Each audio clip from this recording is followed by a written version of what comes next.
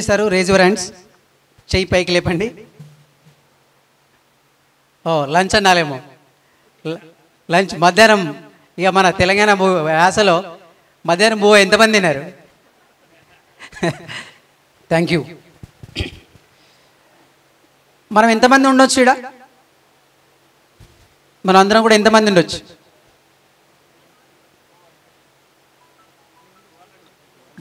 somebody's 150. చెప్పండి, interact కండి, చెప్పండి. తప్పపోతే ఏముంది? అన్నేమన్నా తీసుకొచ్చి దండిగా వేస్తలేడు కదా. ఎంతమంది ఉన్నాం? పురుషులు ఒక 70 మంది ఉన్నారు, స్త్రీలు ఒక 50 మంది ఉన్నారు, దైవజనులు ఒక 20 మంది ఉన్నారు, చిల్డ్రన్స్ ఒక 8 మెంబర్స్ ఉన్నారు. సో మొత్తం ఒక 150 అబోనే ఉన్నారు.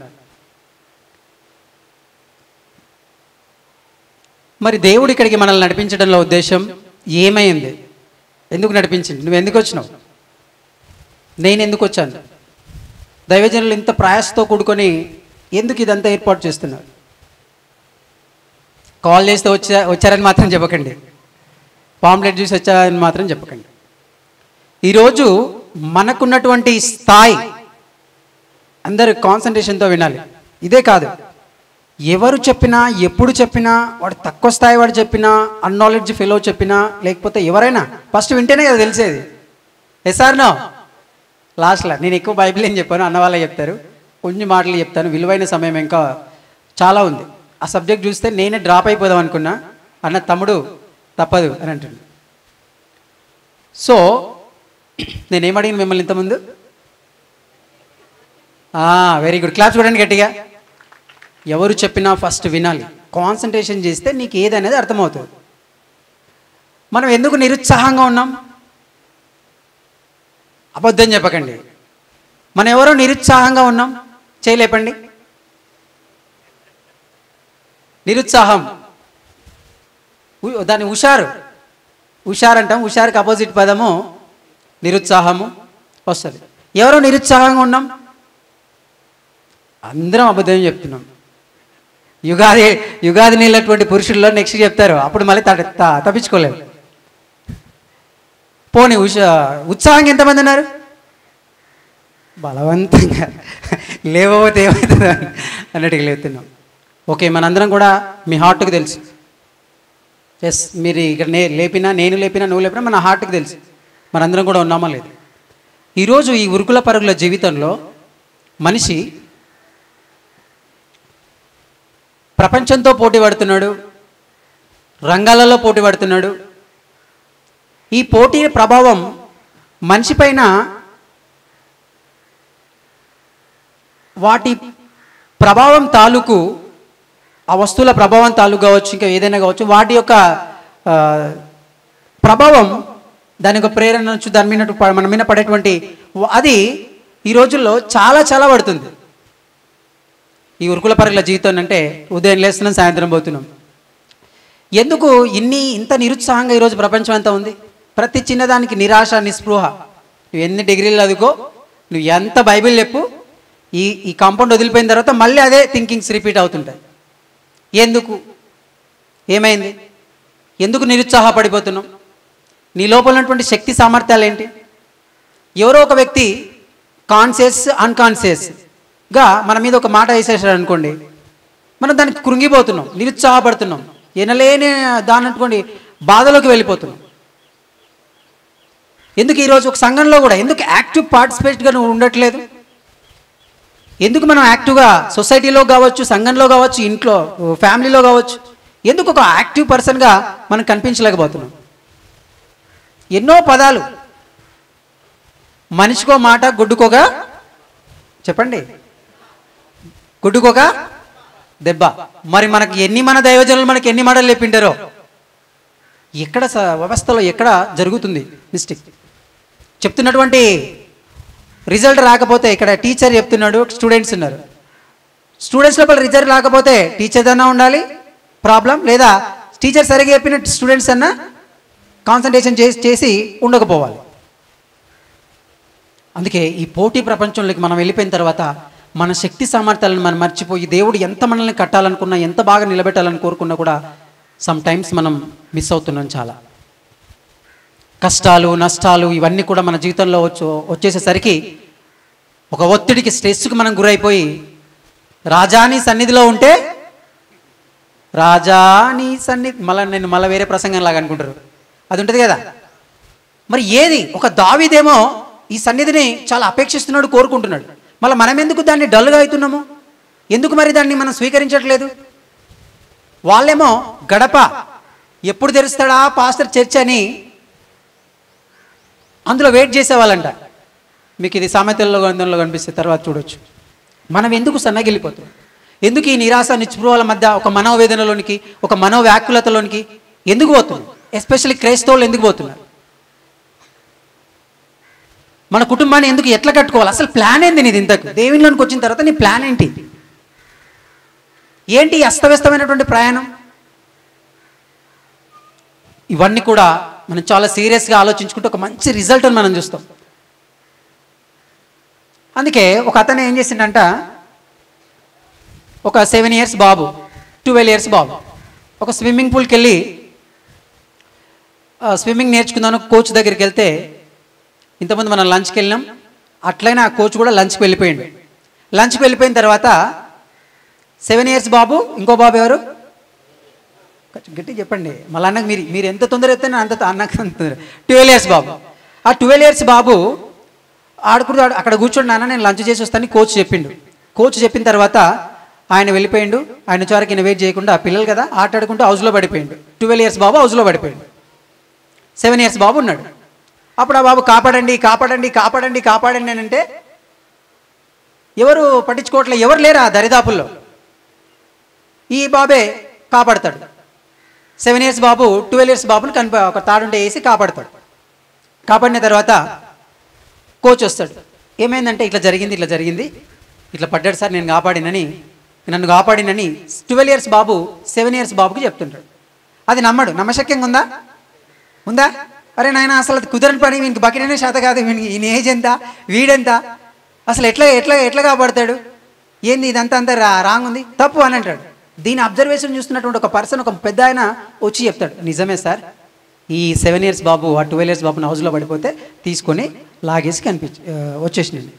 అదట్లయితే సార్, వీడెంత వాడెంత, వాడు అట్లా ఉన్నాడు, వీడేమి ఇట్లా ఉన్నాడని అంటే ఎందుకు అక్కడ రక్షించగలిగాడు ఆ బాబు అని మనం ఆలోచించగలిగితే, అట్మాస్ఫియర్లో సరౌండింగ్స్లో ఎవరు లేరు.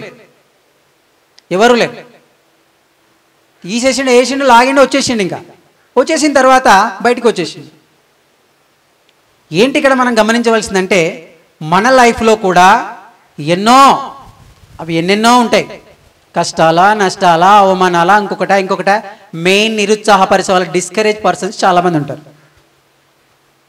అక్కడ ఎందుకు ఆ బాబు లాగాడంటే, నీకు చాతగా జరుగు, నువ్వు ఎందుకు పోతావు, నీకు ఏడైతుందిరా, నువ్వు వాడు గుంజితే మళ్ళీ నువ్వు అందులోకి పోతావు అని చెప్పే వాళ్ళే ఉంటారు.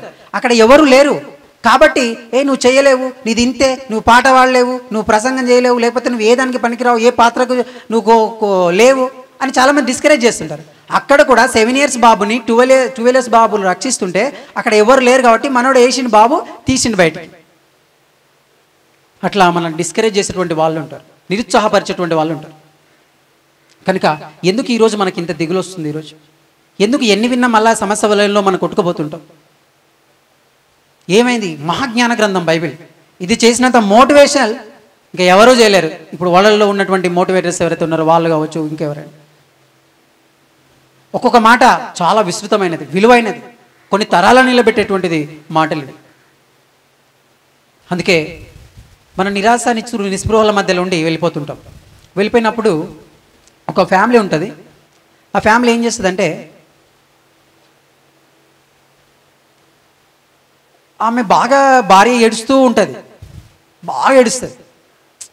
ఎందుకు ఏడుస్తున్నావు, ఎందుకు బాధపడుతున్నావు, ఎందుకు విచారం చేస్తున్నావు, ఎందుకు నువ్వు ఆలోచన చేస్తున్నావు అని భర్త అబ్జర్వ్ చేస్తుంటాడు. అబ్జర్వ్ చేసి ఏమైంది నీకు, ఇట్లా ఏమైంది పరిస్థితి అని అడిగినప్పుడు ఏం లేదని బాగా దుఃఖిస్తుంటాడు. అప్పుడు భర్త బాగా సుదీర్ఘంగా ఆలోచిస్తున్నప్పుడు, విశ్లేషణ చేస్తున్నప్పుడు, ఏమైంది నీకు, ఎందుకు ఇంత పరిశన అవుతున్నావు, లేకపోతే ఇంత గాబరా పడుతున్నావు, ఏమైంది నీకు అని అడిగినప్పుడు చాలామంది కూడా మనల్ని కూడా అట్లనే చేస్తుంటారు, మనం కూడా అట్లనే బాధపడుతుంటాం. మీరు ఇప్పుడు ఉత్సాహంగా ఉన్నారంటే అందరు చేయలేపిండు, నిరుత్సాహంగా ఉన్నారంటే ఎవరు లేపలేదు. మనకు మనం స్వపరీక్ష మనం చేసుకున్న తర్వాత రిజల్ట్ అనేది తప్పనిసరిగా బయటకు వస్తుంది. అందుకే చాలామంది మనల్ని నిందించేటువంటి వ్యవస్థ చాలా ఉంది, దేవునికి దూరం చేసేటువంటి వ్యవస్థ అతి సమీపంలో ఉంది. మన పక్కనే ఉండి వెన్నుపోటులు పొడిచేటువంటి వాళ్ళు బోల్డ్ మంది ఉంటారు. అందుకే ఒక్కసారి మీరు సామెతల గ్రంథం ఓపెన్ చేయండి. సమూయేలు మొదటి గ్రంథం 1వ అధ్యాయం 8వ వచనం. ఫాస్ట్గా సమూయేలు మొదటి గ్రంథం 1వ అధ్యాయం 8వ వచనం చదవండి.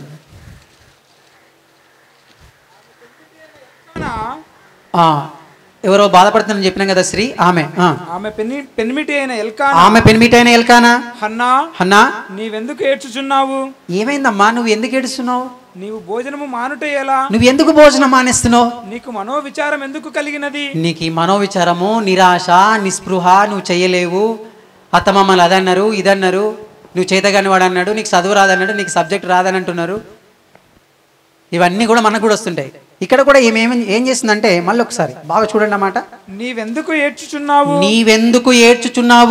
నీవు భోజనము మానుటేలా? నీవు భోజనం మానుటేలా? నీకు మనోవిచారం ఎందుకు కలిగినది? నీకు మనోవిచారం ఎందుకు కలిగినది? ఎందుకు నువ్వు ఏడుస్తున్నావు?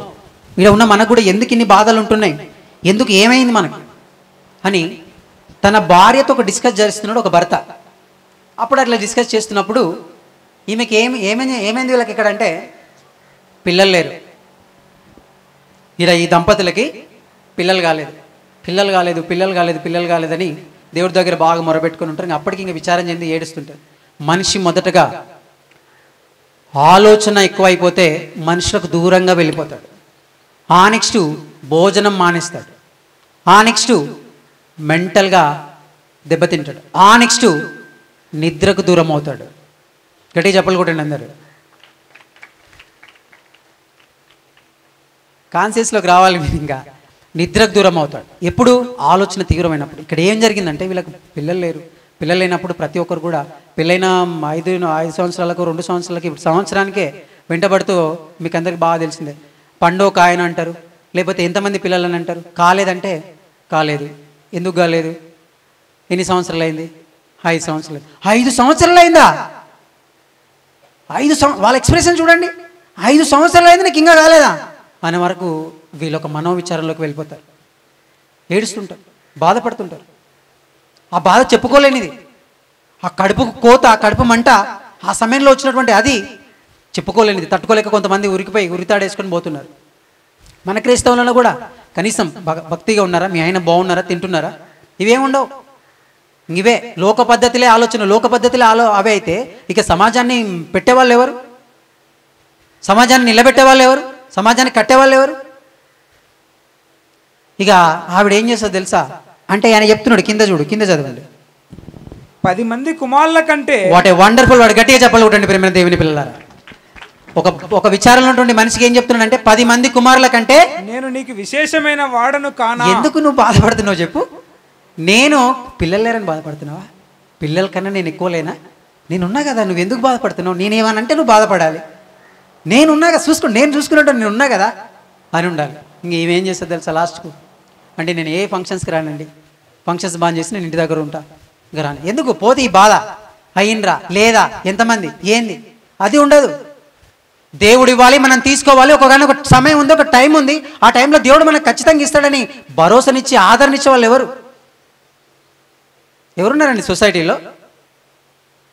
క్రైస్తవులైన నీ పైన చాలా బరువు బాధ్యత ఉంది. క్రైస్తవ జీవితం అంటే ఎంత ఆశమయసి కాదో, ఎంత ప్రథముడవో, ఎంత గొప్పవాడవో కొన్ని మాటలు మనం ఫస్ట్ సెషన్లో విన్నాం. నీ స్థాయి ప్రపంచానికి బోధ చేసేటువంటి, చెప్పేటువంటి ఒక టీచరు నువ్వు.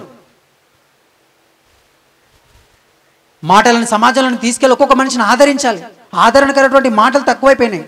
అలా ఆదరణ చేసేటువంటి మాటలు చెప్తే సగం మంది బ్లాక్మెయిల్ చేస్తున్నారు. వ్యవస్థ ఈ విధంగా ఉంది. మనం ఎక్కడ కూడా ఏ పరిస్థితుల్లో కూడా చింతించకూడదు, ఓవర్ థింకింగ్ చేయకూడదు. ఓవర్ థింకింగ్ ఈ స్కిల్ అంటారు, చంపేస్తుంది మనల్ని. మనకు తెలియకుండానే ఎక్కడికో మనం వెళ్ళిపోతాం, ఏవేవో చేసేసుకుంటాం. ఆ ఆలోచన తీవ్రత తాలూకు మనకు బీపీ రూపంలో కనిపిస్తుంది. నువ్వు ఆలోచిస్తున్నావు అంటే, లేదు సార్ నేను ఆలోచించట్లేదంటే, నువ్వు ఆలోచిస్తున్నావు ఏదంటే, లేదు అని అంటారు డాక్టర్. సరే అని బీపీ పెడితే అప్పుడు దీని తాలూకు దాంట్లో కనిపిస్తుంది. అందుకే చిన్న జీవితం, 4 రోజుల నటన అంటారు. ఈ రేపేం సంభవిస్తుందో మనకు తెలియదు. చిన్న జీవితంలో ఎంతమంది ఎన్నన్నా వాళ్ళతోనే హ్యాపీగా మాట్లాడండి, హ్యాపీగా ఉండండి. పొద్దెక్తే వరకు ఉంటామో లేదో తెలీదు. కక్షలు, కార్పణ్యాలు, వీళ్ళు సహకరించలేదు, వాళ్ళు సహకరించలేదు, ఇవన్నీ ఎందుకు మనకు చెప్పండి. ఫ్రెష్ మైండ్తో, పాజిటివ్ థింకింగ్తో మనం అందరం కూడా వెళ్ళాలి. పెద్దవాళ్ళ అన్నయ్య నన్ను ఒక మాట అన్నాడు, ఉంటా. చిన్నవాళ్ళ తెలియక అన్నాడు, ఉంటా. ఈ మనస్తత్వం మన లోపల ఎప్పుడైతే డెవలప్ అవుతుందో, పాజిటివ్ థింకింగ్లోకి మనం వెళ్తామో, అప్పుడు మనం అందరం కూడా శస్యశ్యామలంగా ఉంటాం. అందుకే ఎప్పుడైనా మనం చాలా జాగ్రత్తగా ఉండాలి. నెక్స్ట్, ఈ రోజుల్లో చాలామంది ఫ్యామిలీస్ని మిస్ అవుతున్నారు. కొన్ని గొడవల వల్ల వెళ్ళిపోతున్నారు, వాళ్ళని పక్కన పెట్టండి. అది ఇద్దరిది ఉంటుంది, అందులో తప్పు ఎవరనిక ఉండదు. ఫ్యామిలీని ఎట్లా కట్టుకోవాలి, ఫ్యామిలీని ఎట్లా మనం ఉంచుకోవాలి, నువ్వు ఎంత రెస్పాన్సిబిలిటీగా నీ ఫ్యామిలీని చూస్తున్నావు, వాళ్ళకి ఎలాంటి సమకూరుస్తున్నావు, ఎంత టైం స్పెండ్ చేస్తున్నావు. ఈ హైటెక్ యుగంలోనండి ఎక్కడో ఉన్న వాళ్ళకి గుడ్ మార్నింగ్ అని పెడతాడు వాట్సాప్లో. వాడు ఇంకా లేచినో లేదో తెలియదు, ఎక్కడో ఉన్నవాడికి వాట్సాప్లో గుడ్ మార్నింగ్ అని చెప్తారు. పక్కన ఉన్న భార్య గుడ్ మార్నింగ్ అని చెప్పాడు.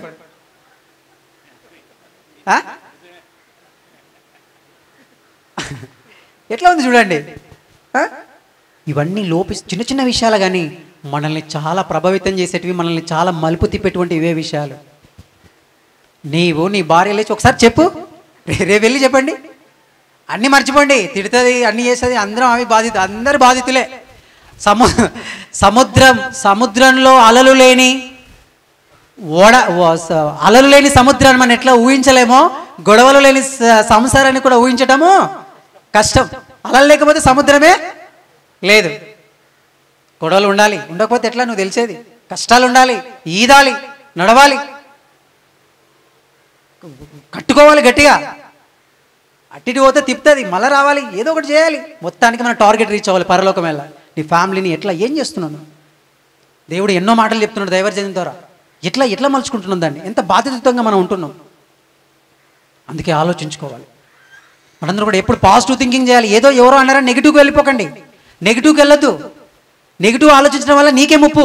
బీపీ షుగర్ పెరిగిపోయి మళ్ళీ హాస్పిటల్ ఏదైతే ఇక్కడ సరౌండింగ్లో మీకే బాగా పెద్దది తెలుసు, దానిలోకి పోతుంది మళ్ళీ. కాబట్టి ఇట్లా బాగా, బైబిల్ నేను ఎక్కువ చెప్పట్లేదు, ఇవన్నీ కూడా బైబిల్లో ఉంటాయి. ఇట్లా బాగా థింకింగ్ చేయడం వల్ల ఏమవుతుందో తెలుసా, నర్వస్గా నీ బాడీ మొత్తం దెబ్బతింటుంది. నీ బాడీ మొత్తం దెబ్బతిన్న తర్వాత బైబిల్లో ఒక మాట ఉంటుంది కదా, ఆత్మ నలిగిపోతుంది. ఇదొకటి చూద్దాం. సామెతల గ్రంథం 15వ అధ్యాయం 14వ వచనం, 13 నుంచి చదువు. సామెతల గ్రంథం 14వ అధ్యాయం 15వ అధ్యాయము 13వ వచనం. సంతోష హృదయము ముఖమునకు తేటనిచ్చును, మనోదుఃఖము వలన ఆత్మ. మనోదుఃఖము, మనోవిచారము, నిరాశ, నిస్పృహ, అది లేదు ఇది లేదు, ఎవరితోనో కంపేర్ చేసుకోవడము, మన ఆర్థిక పరిస్థితులను అది చేసుకోవడము. ఒక వ్యక్తి జాబ్ చేస్తున్నాడండి, జాబ్ చేసేవాడు ఇంటర్నేషనల్ స్కూల్లో వేస్తాడు. నేను ఇంటర్నేషనల్ స్కూల్లో వేయాలని నువ్వు చేసి అప్పులు వేసి ఈడ కూర్చుంటావు, ఈఎంఐ తీసుకొచ్చి. నువ్వు మందిరంలో కూర్చుంటే అప్పుడు నీకేం గుర్తొస్తుంది? అబ్బా రేపు ఈఎంఐ కట్టాలి అన్న, తొందర ముగించనా, ఈఎంఐ కట్టాలి. ఏది కాన్సన్ట్రేషన్? ఒక ఆర్థిక క్రమశిక్షణ ఏది? ఉన్నాడు వేసుకుంటాడు, లేనిది. ఒక అబ్దుల్ కలాం, డాక్టర్ బిఆర్ అంబేద్కర్, పెద్ద మేధావులు, వీళ్ళంతా పెద్ద ఇంటర్నేషనల్ స్కూల్ ఏం చదవలే. మనం కూడా వేదిక మీద మీరు కూడా మామూలు స్కూల్లో చదివి పోరాటం మనకి ఎట్లా నేర్పాలో పిల్లవాడికి నేర్పాలి, మన స్థాయిని బట్టి. నువ్వు ఈఎంఐ అక్కడ పడితే ఈ చర్చిలోకి వచ్చి ఈఎంఐ ఫోన్ కాల్స్ వస్తూనే ఉంటాయి.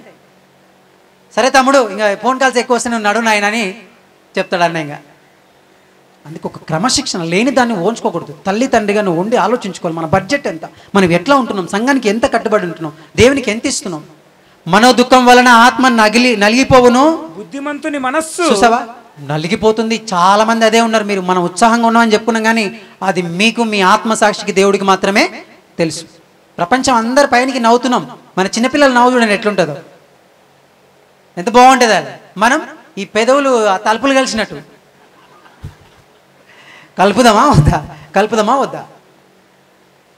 ఇట్లా ఉన్నాయి. హ్యాపీగా చిన్న జీవితం అండి ఇది. ఈ చిన్న జీవితంలో ఈగోను మనం పక్కన పెట్టేస్తే హ్యాపీగా డీల్ చేయొచ్చు. అసలు ఈ ఖడ్గాన్ని చేతబట్టుకున్నట్టు మనం చాలా సూపర్గా లైఫ్ని డీల్ చేయొచ్చు, ఏలొచ్చు ఒక రకంగా చెప్పాలంటే.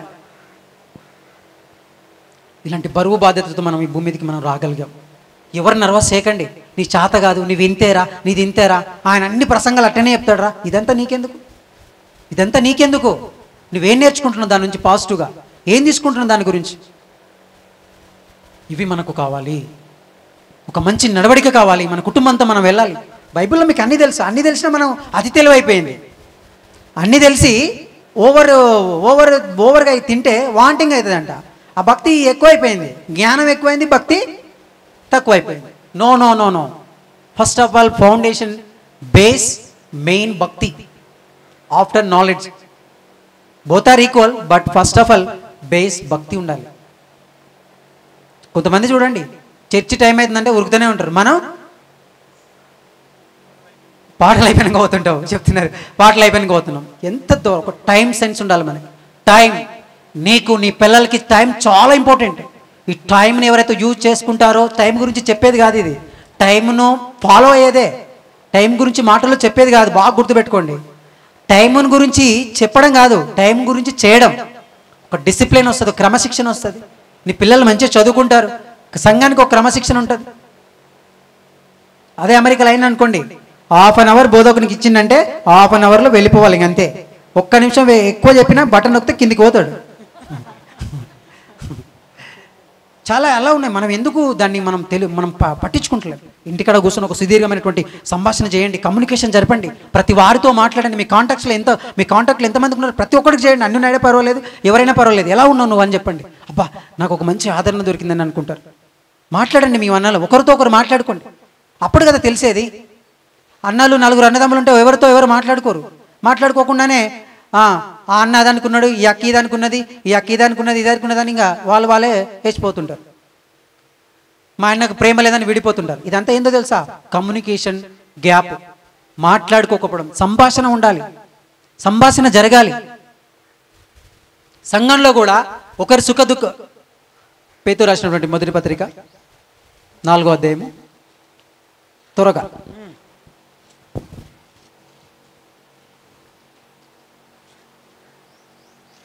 పేతురు రాసినటువంటి మొదటి పత్రిక 4వ అధ్యాయము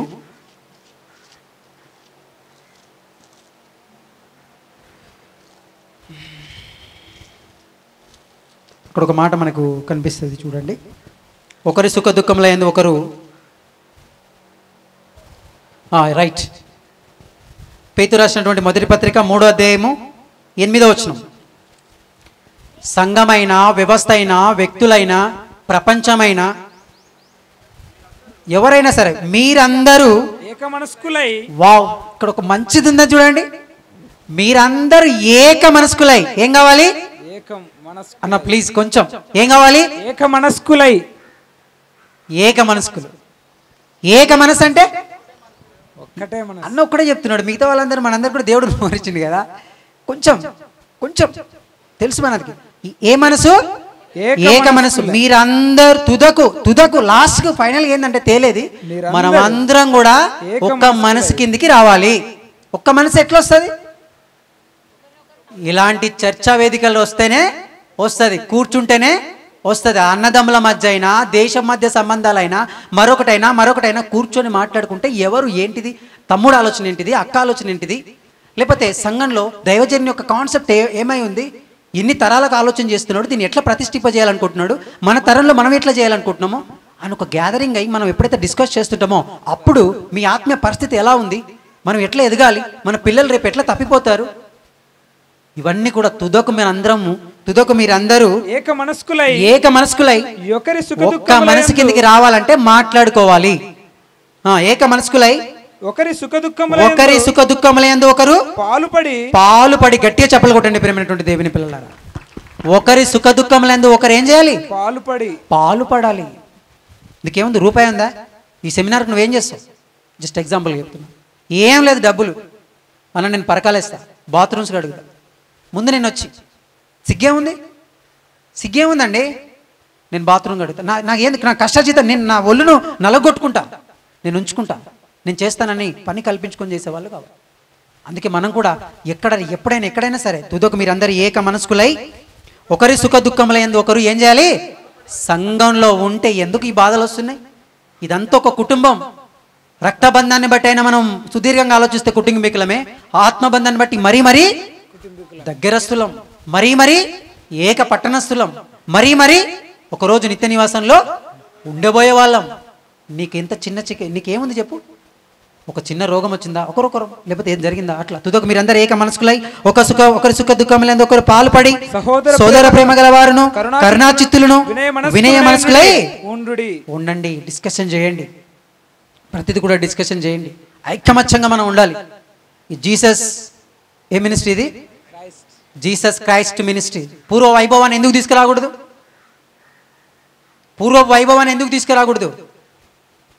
ఎంత విశ్లేషణతో మీరు ఏం అబ్జర్వేషన్ చేసిండో తెలియదు. ఈరోజు ఏ ప్లాట్ఫామ్ లేకుండా, ఎవరి సహాయ సహకారం లేకుండా, ఎవరి కింద పని చేయకుండా ఓన్గా కష్టార్జితంతో ఎక్కడో మారుమూల గ్రామంలో ఉండి చదువుకునేటువంటి పసిప్రాయంలో మంచి విద్యను అభ్యసించి ఈ సెక్యులర్ వరల్డ్లోకి వెళ్తే రోజుకు ఒక 18 గంటలు కష్టపడితే దాదాపు 60 నుంచి 70 వేల శాలరీ సంపాదించేటువంటి స్థాయిని అన్నింటినీ పక్కన పెట్టి ఇంతమందిని ఏకం చేసి కొన్ని గోల్స్ దేవుడి ముందు ఆ గోల్స్ వేస్ట్ అది చెప్పడానికి చేయడానికి చాలామంది ఉన్నారు. ఇంజనీర్స్ చాలామంది ఉన్నారు, డాక్టర్స్ చాలామంది ఉన్నారు, వేరే ప్రొఫెషనల్స్ చాలామంది ఉన్నారు. బట్ దీని గురించి ఈ బోధ లేకపోతే ఈ టీచింగ్, ఈ స్పిరిచువాలిటీ నింపడానికి, మోటివేట్ చేయడానికి, ఎంకరేజ్ చేయడానికి ఎవరున్నారు? చాలామంది ఉన్నారా లేదా? అందులో ఒరిజినాలిటీ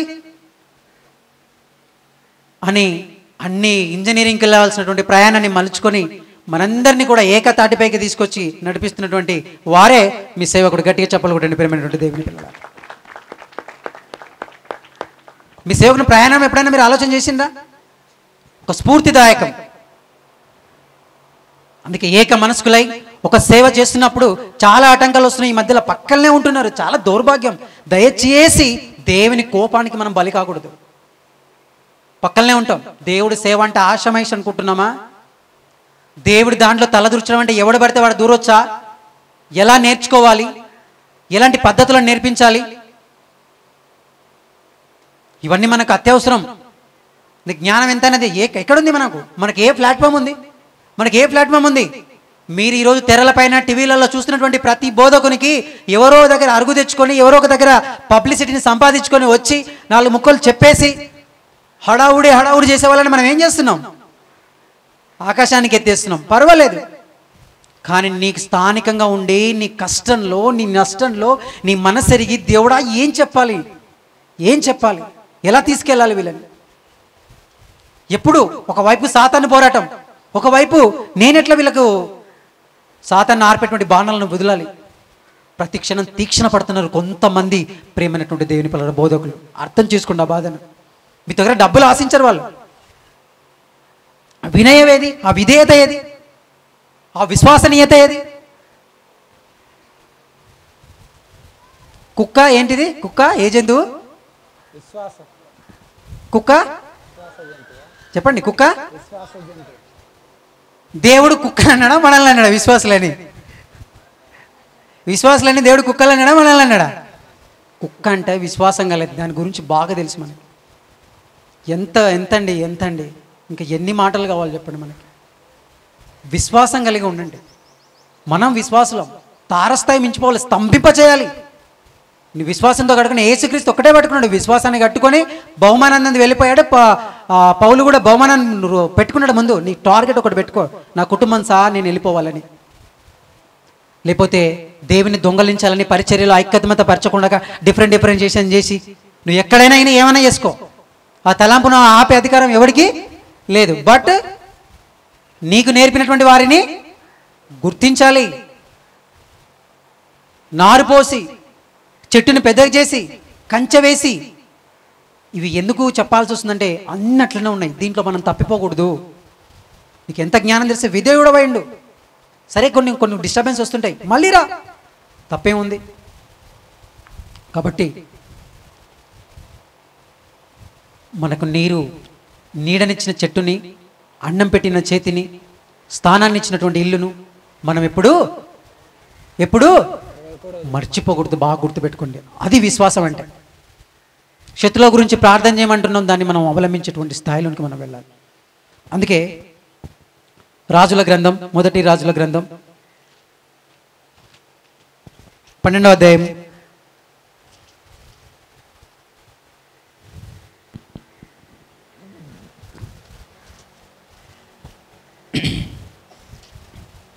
ఒక్క నిమిషం. దానికన్నా ముందు దినవృత్తాంతంలో 29, దినవృత్తాంతముల గ్రంథము 29వ అధ్యాయము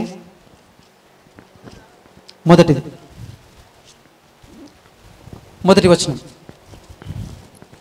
అందుకే సేవలో ఐక్యమత్యంగా ఉంటూ మనం అందరం కూడా చాగవలసినటువంటి అవసరత ఉంది. అందుకే ఇది ఎంతది చిన్న పని పెద్ద. చాలామంది ఈ మధ్యలో ఏం చేస్తున్నారంటే, సారీ ఇక్కడ జరిగిన దానికి ఏమనుకోకూడదు, ఏమనుకోకండి, నేను మనం అని ఇక్కడ జరుగుతుంటే ఫస్ట్ ప్రార్థన స్టార్ట్ అయిందంటే ఇంకా ఏ వరకు ఉండడానికి వీల్లేదు. చాలామంది అంటారు మేము దేవుని పని చేస్తున్నాం కదా అంటారు. మరి ఇక్కడ ఎవరు ఉంటారు? అక్కడ నువ్వు ఉంటే అది తప్పు. ఒక వ్యవస్థలో అప్పుడప్పుడు కొన్ని మీటింగ్స్ కంటెంట్ కానీ ఎంత స్ట్రిక్ట్గా ఉంటాయో, అక్కడ పనులు చేస్తున్నావు, మరి ఇక్కడ ఎవరు వినాలి? కొంతమంది మెయిన్ మెసేజ్కే వెళ్దాని అనుకుంటారు. ఇదెంత తప్పు. నేర్చుకోవాలి మనం, ఎప్పుడు నిరంతరం నేర్చుకుంటూనే ఉండాలి. ఇక్కడ చూడండి, తర్వాత రాజైన దావీదు సర్వ సమాజంతో ఇలాగ సెలవిచ్చను, దేవుడు కోరుకొనిన నా కుమారుడైన సొలొమోను ఇంకను లేత ప్రేమ గలవాడై బాలుడై ఉన్నాడు. కట్టబో ఆలయము మనిషికి కాదు, దేవుడైన యెహోవాకే గనుక ఈ పని బహు గొప్పది. గట్టిగా చెప్పలు కొట్టండి, అందరం కూడా కొడతాం గట్టిగా. దైవ సేవకులు అందరూ కూడా ఈ పని ఎలాంటిది? ఎలాంటిది పని? బహు గొప్పది, బహు గొప్పది. చాలా మందిని కడుతున్నాం, చాలా మందిని ఇన్వాల్వ్మెంట్ చేస్తున్నాం. ఈ పని చాలా గొప్పది. మోసాలు అవన్నీ చేయకండి. యథార్థంగా మన హృదయంతో మనం ఉండే ప్రయత్నం చేయాలి. ఎవరు ఎక్కువ మంది రారు. ఇరుకు ద్వారానే ప్రవేశించే వాళ్ళు, మంచి కోసం పోరాడే వాళ్ళు కూడా తక్కువే. అందుకే ఈ పని చాలా గొప్పది. దీంట్లో వేలు పెట్టకూడదు, దీన్ని అది చేయకూడదు, దీన్ని డిస్టర్బ్ చేయకూడదు. ఎప్పుడు పాజిటివ్. అన్నాడా, సరేలే అన్నకు తెలుసో తెలియకని అయిపోయి స్థానం మళ్ళీ కలుద్దాం, మాట్లాడదాం అని ఇట్లా ఉండాలి. పెద్దలైన వారు ఒక మంచి సేవకుని దగ్గర తీసుకొని వెళ్ళి ఒక్కొక్క గృహాన్ని దర్శించి ప్రార్థన చేసి కష్ట సుఖాలు ఏంటో కనుక్కోవాలి. వాళ్ళని రెస్పెక్ట్ చేయాలి, హానర్ చేయాలి. కొంతమంది ఈ మధ్యలో కొంచెం గ్యాంగ్ జంబ్లింగ్ అయిపోయి అసలు సేవకులకు ఏమీ అది లేదు. ఎవరనుకుంటున్నావు సేవకుడు అంటే? ఈ సేవకులు అంటే వీళ్ళు ఏమనుకుంటున్నారు? పనికిరాని పాస్టర్ పని, ఏమంటారు దాన్ని, పాస్టర్ పని పనికిరాని పని ఎవడో అంటుంటారు చాలామంది. బతుకుదేరు కోసం అని అనుకుంటారు. దయచేసి ఏదైనా చేయండి, కానీ దేవుని సేవకుల దగ్గరికి ఎట్టి పరిస్థితుల్లో మీ నెగటివిటీని మీ మనసులో కూడా తలంచకండి. ప్రేమైనటువంటి దేవుని పిల్ల, ప్లీజ్ వద్దు. అది చాలా డేంజర్. వాడు నామకర్తరా, ఎవరో ఎట్లా చెప్పాలో అట్లనే చెప్పాలి. చాలా చాలా డేంజర్. చివరి రెఫరెన్స్ చూసుకొని మనం ఇంకొకటి చూసుకొని క్లోజ్ చేద్దాం. చాలా జాగ్రత్తగా ఉండాలి. ఒక ఐక్యమత్యంతో నిలబడేవాడు లీడర్ ఎట్లా ఉండాలి? లీడర్ అనేవాడు ఎలా ఉండాలి? స్వార్థాన్ని ఆశించకూడదు, మంచిని కోరాలి, ముందు చూపు కలగండాలి. ఏవో చిన్న నెగిటివ్ పాయింట్స్ అన్నింటిని పక్కన పెట్టాలి. ధోని ఎంతమంది తెలుసు ఇక్కడ? Dhoni, cricket Dhoni, MS Dhoni.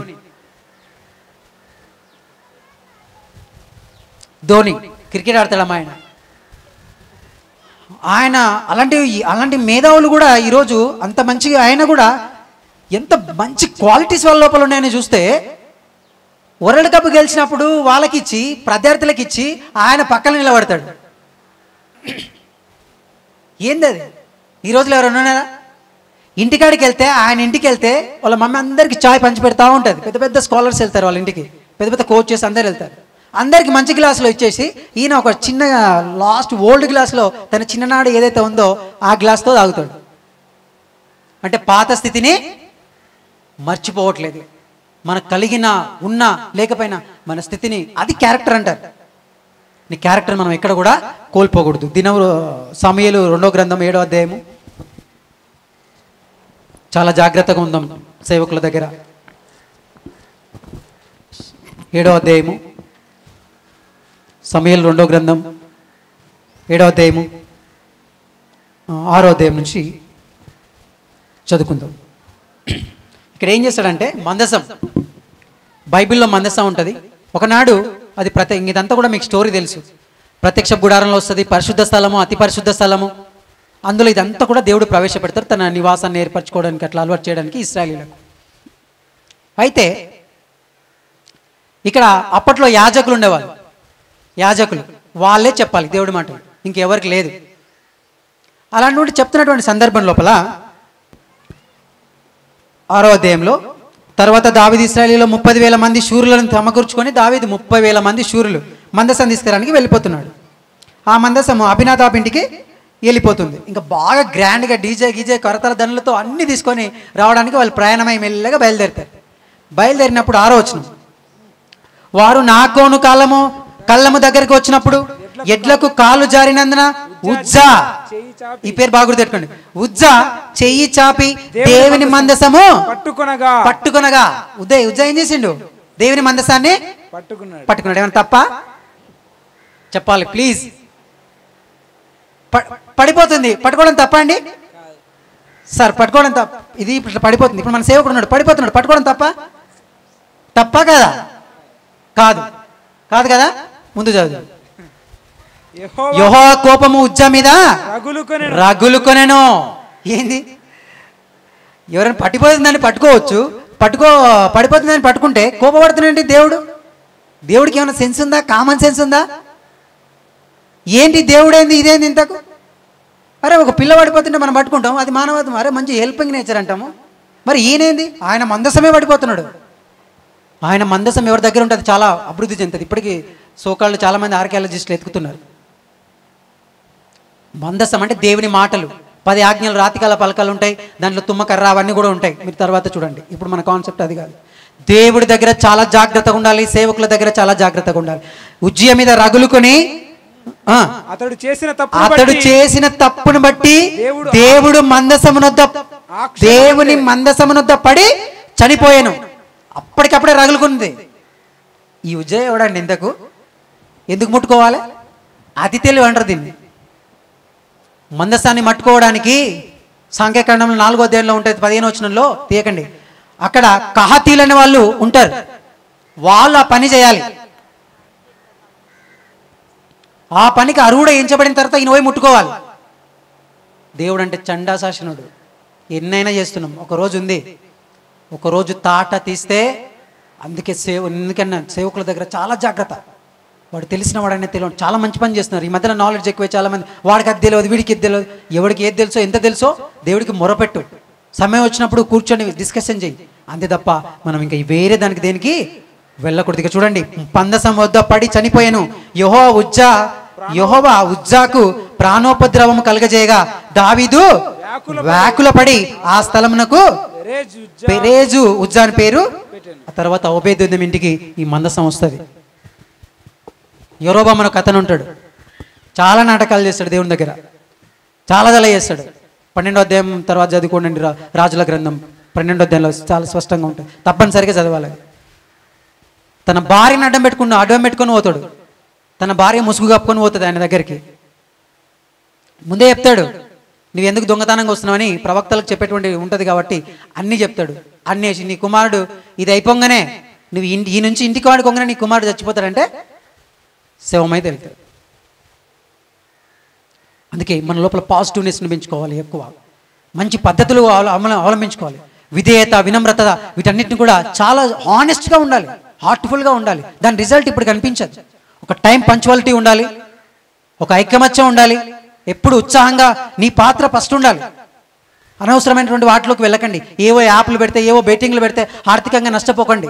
ఉన్న దాంట్లోనే ఏది మంచి స్కూల్లో మీ పిల్లలకి అట్లా మంచిగా నేర్పండి. ప్రతిరోజు 1 గంట స్పెండ్ చేయండి మీ ఫ్యామిలీతోన. ఏ సారా అవసరం లేదు. మీరు అది చేయకనే ఈరోజు లక్షల ఫీజులు పెట్టి ప్రైవేట్ స్కూల్లో వాళ్ళ బిజినెస్ అయిపోయింది ఈరోజు. కాబట్టి ఇవన్నీ మన జీవితాలకు చాలా ప్రాముఖ్యం. చాలామంది అంటారు ఈయన మారాడు, మా అత్త మారదు, ఎప్పుడు ఇట్లనే ఉంటుంది, మా ఆయన మారాడు. ఎవరు ఎప్పుడు మారతారో? మారాడు అంటే ఇందులో మారని వాళ్ళందరం గేటు బయటనే పెడుతుండే దేవుడు. మనకు అది ఇచ్చిండే ఈయన. ఎవరు ఎప్పుడు మారతారో మనకు తెలియదు. సంరక్షణ సంరక్షణ నీ బాధ్యత, రక్షణ దేవుని ప్రణాళిక. నువ్వు చేసుకుంటూ మనం పోవాలి. మనం అందరం కూడా ఈ రీతిగా చక్కగా ఉండాలి తప్ప ఏదో తీరని రాదు, ఒడ్డు లేదు, ఇంకా నువ్వు మునుగుతావు, నువ్వు పోతావు, ఇంకా అది ఇది అని ఎవరు ఎన్ని అబద్ధాలు మోపినా, ఎవరు ఎక్కడ మనల్ని సనగించినా, ఏది ఎంత ఉపద్రవం వచ్చినా, ఎంత మనల్ని నెట్టేసినా, ఒక ఎగిసిపడేటువంటి పర్వతం ఎలాగైతే వస్తుంటుందో లావా అంతలో నువ్వు పైనికి రోజు రావాలి. పైకి నీ లోపల రావాలి, రగిలిపోవాలి, మండుతుండాలి నువ్వు అనుక్షణం. మీ లోపల మంట ఒక స్టార్ట్ కావాలి, ఒక ప్రేరణ మీ లోపల ఉండాలి. యేసుక్రీస్తు మన టార్గెట్గా ఉండాలి. ఎవడు వీడు చిన్నోడు, వీడు ఏదనంటే వదిలిపెట్టేసేయాలన్నటువంటి విధి విధానంలో మనం ఎప్పుడైతే చలిస్తామో, ఎప్పుడైతే ఉనికి ఉంటామో, భయభక్తులతో ఉంటామో, అప్పుడు మనం ముందుకు వెళ్తాం. ప్రేమటువంటి దేవుని పిల్లలు చాలామంది మనకు స్ఫూర్తిదాయకంగా ఉంటారు. ఒక బీద విధవరాలు మీకు తెలిసింది కాదు. ఏముంది ఆమెకు? ఏం లేదు. లేకున్నా కూడా దేవునికి వేసిందంటే ఆ భక్తితోనూ అంతటి భక్తిలోనికి మనం వెళ్ళాలి. కనుక సహకరించుకోవాలి, ఒకరికొకరు మాట్లాడుకోవాలి, బాగా మాట్లాడాలి. మీ కాంటాక్ట్స్కి వెళ్ళిన తర్వాత అందరూ మీ కాంటాక్ట్ దయచేసి అందరికి చేయండి ఫోను. ప్రతి ఒక్కరు చాలా తీవ్రమైనటువంటి బాధతో విసిగి వేసారిపోయిన ఉన్నారు. ఆదరణ చూపేవాళ్ళు చాలా కరువైపోయినరు. ఒక ఋషి ఏం చేసిండంటే, ఒక వ్యక్తి ఎప్పుడు రోజు వస్తున్నాడంట, నాకు ఈ సమస్యలు ఇది అని చెప్పుకుంటూ వస్తున్నాడంట. అలా వచ్చినప్పుడు ఏం చెప్పాలో ఈయనకు తెలియక బాగా ఒక 2-3 నెలలు తెప్పించుకొని ఒక చెట్టు ఉంది అంటాడు. చెట్టు ఉంటే ఆ చెట్టుని ఇట్లా పట్టుకో అన్నాడంట. నీకేం గురువుగారు ఇన్ని రోజుల నుంచి వస్తున్నాడు, నన్ను చెట్టు పట్టుకోమంటావు, నాకు చెప్తే నేను తొందరగా ఓ తాతల మళ్ళీ మా ఆవిడ వెయిటింగ్లో ఉంది, మళ్ళీ ఇక్కడికి వచ్చినా అని తెలిసిందంటే మళ్ళీ ప్రాబ్లం అవుతుంది అని ఆయన చెప్పుకుంటాడు. చెట్టును పట్టుకున్న తర్వాత పట్టుకున్నాడు, వదిలే అన్నాడంట. అప్పుడు మనకు ఒక ఆలోచన వచ్చింది గురువుకు. అప్పుడు ఏం చేసిండు, ఏం లేదు నాయన, సమస్యలు నిన్ను పట్టుకులేవు, నువ్వేం చేసినావు, సమస్యలను పట్టుకున్నావు అని, ఇదే నీ పరిష్కారం అని చెప్పినట్టు. ఇంకా అట్లా ఉంటాయి. కనుక మనకి ఏం కావాలి, ఒక ప్లాన్ వేసుకోండి. ఒక ప్లాన్ ఇది అందరు రాసుకోండి. ఎండింగ్ వర్డ్ అది ఎనీ ఇన్స్టిట్యూట్ అయినా కావచ్చు, ఫ్యామిలీ అయినా కావచ్చు, సంఘం అయినా కావచ్చు, మరొకటి ఏదైనా మన జగానేలుతున్నటువంటి యుగాది పురుషుడు అనాది ఆదిలో కూడా ఇదే చేసిండు. PDCA చదువున్న వాళ్ళు రాసుకోండి. PDCA. P అంటే పీపర్ ప్లాన్ ఉండాలి ఒకదానికి. ఈ సెమినార్ జరగాలంటే లేదా ఇంకొకటి జరగాలంటే ఫస్ట్ ఏం కావాలి, ప్లాన్. నెక్స్ట్ ఏం చెప్పిన, డి అంటే దాన్ని ఏంది, డూ అంటే చేయాలి. డూ అంటే ఏంది, చేయాలి. సి అంటే ప్లాన్ వేసిన దాన్ని చేసిన దాన్ని ఒకసారి ఏం చేయాలి, చెక్ చేసుకోవాలి. Very good. ఏం చేయాలి, చెక్ చేసుకోవాలి. PDC ఉంది. తర్వాత ఏ, చెక్ చేసిన తర్వాత అప్లై ఆర్ యాక్ట్. ఓకేనా? అప్పుడు పనిని ప్రారంభించుకోవాలి. మనల్ని పుట్టించిన మన తండ్రి కూడా ఆది యందు భూమి ఆకాశాలను సృజించి లాస్ట్ వచనంలో చెప్తారు కదా, దేవుడు ఇది మంచిదని చూచను. ప్లాన్ వేసిండు, ప్రణాళిక చేసిండు, అది తిరుగుతుందా లేదా, నా పొలానికి సకల సౌకర్యాలు ఉంటాయా లేవని చెప్పేసి ప్లాన్ వేసిండు, పని ప్రారంభించిండు, చెక్ చేసిండు, ప్రవేశపెట్టిండు. ఇది ఇంకా ఆనాటి నుంచి ఈనాటి వరకు ఇది ఏం చేస్తుంది, తిరుగుతూనే ఉంది. ఆ తర్వాత తన కుమారుని భూమి మీదకి పంపించిండు. ఆయన ఎట్లా యుగాన్ని ఏలుతున్నాడు, ఎట్లా యుగాది పురుషుడు కాబోతున్నాడు, ఆయన పవర్స్ ఏంటి, ఆయనను కలిగిన నువ్వు ఎలాంటి పవర్స్తో ఉన్నావో ఆ భాగాన్ని నెక్స్ట్ ఇప్పుడు మనం ఒక అద్భుతమైనటువంటి మాటలను విశ్లేషణ పూర్వకంగా మనందరం కూడా విందాం. ఇది ఫార్ములా మాత్రం మర్చిపోకండి. ఎనీ టైం ఎక్కడైనా సరే ఫస్ట్ ప్లాన్ చేయండి. ఇల్లు కట్టాలనుకున్న ఒక ప్లాన్ చేయండి, ఒక చర్చిలో ఒక ప్రారంభం చేయాలనుకున్న ప్లాన్ చేయండి, తర్వాత దాన్ని చెయ్యండి. ఆ తర్వాత చెక్ చేయండి. చెక్ చేయడం వల్ల ఏమైతే అంటే ఏమైనా మర్చిపోయినా అవి మళ్ళీ గుర్తుకొస్తాయి. తర్వాత యాక్ట్ ప్రారంభిస్తే దానికి తిరుగు ఉండదు. థ్యాంక్ యూ ఈ యొక్క అవకాశాన్ని ఇచ్చినందుకు.